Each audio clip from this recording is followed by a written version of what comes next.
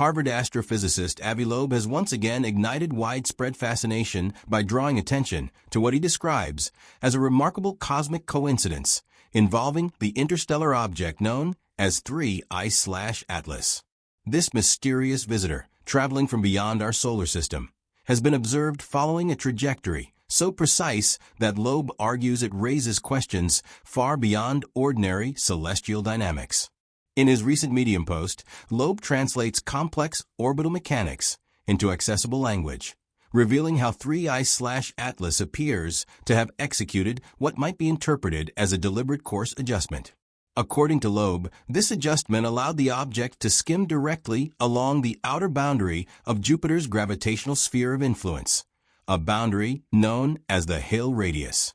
For everyday readers, Loeb explains the Hill radius as Jupiter's massive gravitational bubble, stretching about 53.5 million kilometers from the planet in every direction. Within this enormous region, Jupiter's gravity dominates over the gravitational pull of the Sun. Anything that drifts into this bubble is more likely to become bound to Jupiter's orbit than to escape. This means that if a large interstellar object wanted to deposit smaller fragments or technological devices to orbit Jupiter, guiding itself precisely to the edge of this Hill sphere would be an essential requirement. Loeb presents a provocative hypothetical. Let us suppose, hypothetically, that the interstellar object 3I/Atlas is a mothership that was designed to seed Jupiter with technological devices. Though he is careful to frame this as speculation, the mathematical analysis he shares is grounded in NASA's JPL Horizons data system, which aggregates measurements from more than 230 observatories around the world. According to these data, 3I/Atlas is projected to approach Jupiter at a minimum distance of approximately 445 million kilometers on March 16, 2026, an astonishingly close match to the planet's Hill radius of 53.5 million kilometers. The difference between the predicted closest approach and the exact Hill boundary is just 0.06 million kilometers, a razor-thin margin given the immense scale of Jupiter's orbit.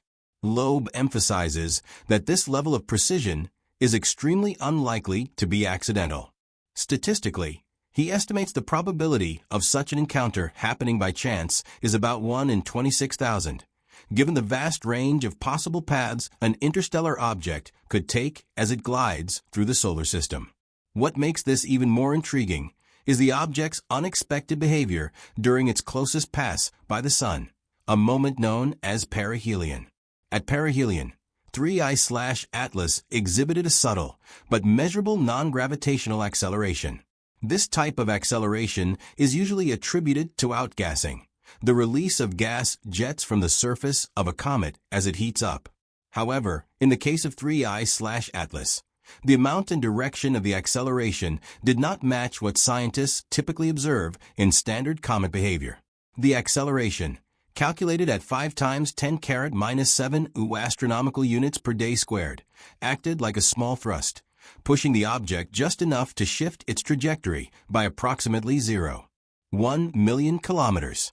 Loeb notes that this adjustment was precisely the amount needed to bring the object's path into exact alignment with the edge of Jupiter's Hill radius. Without this unexplained acceleration, 3I/Atlas would have missed the boundary entirely. This is where Loeb begins to explore more imaginative possibilities. He states, in other words, the non-gravitational acceleration introduced a small course correction of exactly the magnitude needed to bring the minimum distance of 3I/Atlas from Jupiter to the value of Jupiter's Hill radius. 3I/Atlas would have missed the edge of the Hill sphere otherwise.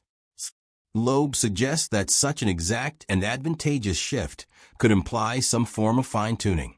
In his words, this suggests that the level of non-gravitational acceleration was finely tuned to result in min d equals h and bring 3I/Atlas exactly to the radius of Jupiter's gravitational influence.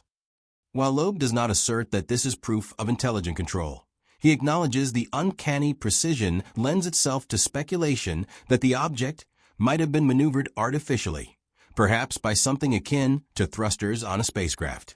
Loeb pushes the speculation further with another thought-provoking comment. We therefore do not know whether it just maneuvered slightly to satisfy min d equals h or also released technological devices near perihelion. According to Loeb, if one were to imagine that 3I/Atlas is some kind of extraterrestrial probe or mothership, perihelion would be the ideal moment for it to perform maneuvers. The gravitational boost provided by the Sun at that point could help conserve energy, and the fact that the object would be visually hidden behind the Sun from Earth's perspective makes that moment even more strategically beneficial. Furthermore, images captured after perihelion show several small jets or ejected fragments, which could be explained by natural processes, but could also fit within a scenario involving deliberate deployment. Yet there is another angle, one less dependent on exotic technology and more grounded in the intrinsic complexity of natural materials. While Loeb entertains the notion of alien engineering, another question emerges. Could interstellar objects like 3I/Atlas be intelligent in a different sense, not because they are vehicles controlled by extraterrestrials, but because their very material makeup contains complex information accumulated over billions of years? This idea gains weight when considering recent breakthroughs in material science. In July of 2025, researchers at the University of Chicago, as reported by Paul Daling, demonstrated the ability to store terabytes of data within minuscule crystal structures.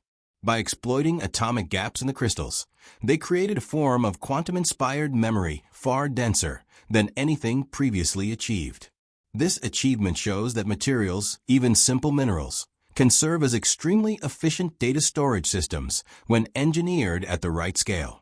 If humans can design rocks that store massive amounts of information, what might naturally occurring cosmic objects formed in the earliest stages of the universe hold within their atomic frameworks? Interstellar comets, like 3I/Atlas, are composed of primordial materials older than our solar system.